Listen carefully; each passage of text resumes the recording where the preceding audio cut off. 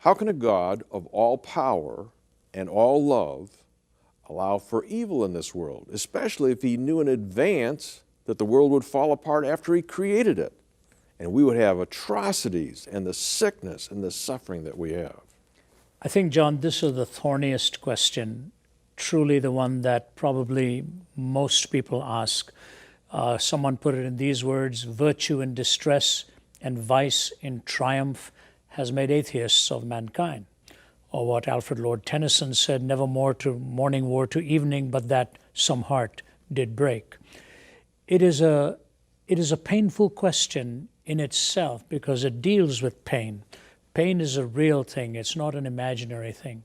There are many ways that one can approach an answer, but C.S. Lewis used to remind us that it is critically important to examine the assumptions within a question.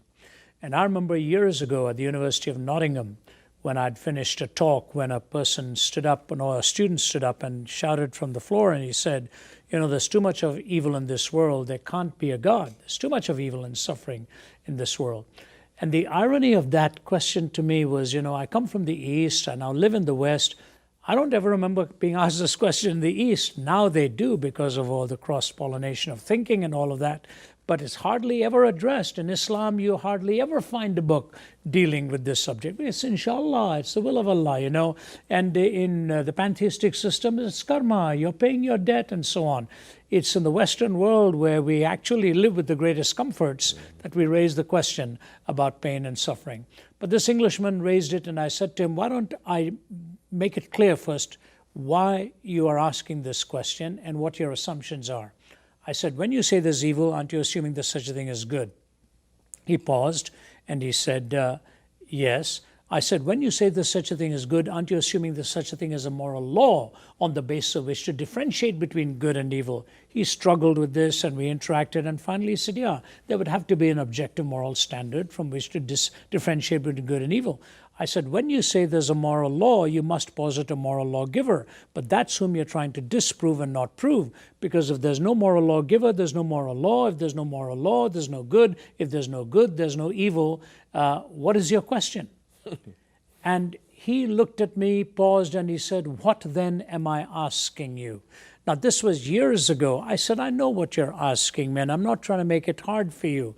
It's an existentially felt question that often doesn't examine the logical presuppositions within this. God has to remain in the paradigm for the question to be real, and therefore the answer has to come from what God's purposes and what God's description is all about reality. In a recent book that I co-authored with Vince Vitale, my colleague from Oxford, we called it Wise Suffering. My opening chapter was what is called the trilemma. God is all-powerful, God is all-loving, and there is evil. That's the trilemma. The three realities that J.L. Mackie, the Australian philosopher, says are incoherent. God is all-powerful, God is loving, evil exists. He says it's an incoherence. So my question is, why is it a trilemma and not a quadrilemma or a quintilemma? Introduce one more. God is all-knowing. That's also a belief we have. And number 5, God is eternal. God is not judging everything just in time. There's an eternity. So it's not just the question is stacked when it's stacked as a trilemma. God is also all-knowing, and eternity also exists as a reality. And maybe those explanations can come in eternity. Let me just move to 2 quick answers in this. There's a young gal in Georgia, where I live. I live in Atlanta. And her first name is Ashlyn.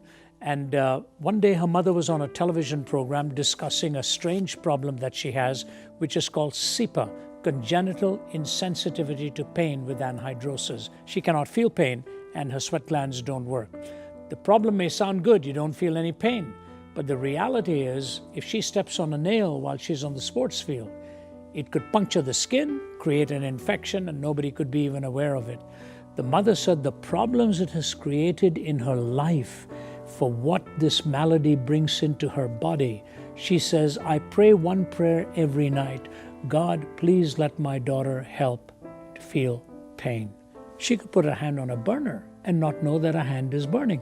Now, my question is this: if in our finite existence we can see the role of pain to warn us that something is wrong?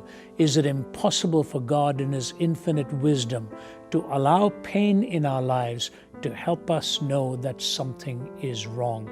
Pain is spelt with moral connotations in the human framework. That is because we are moral beings. Therefore, the answer has to come from within a moral, spiritual framework as well.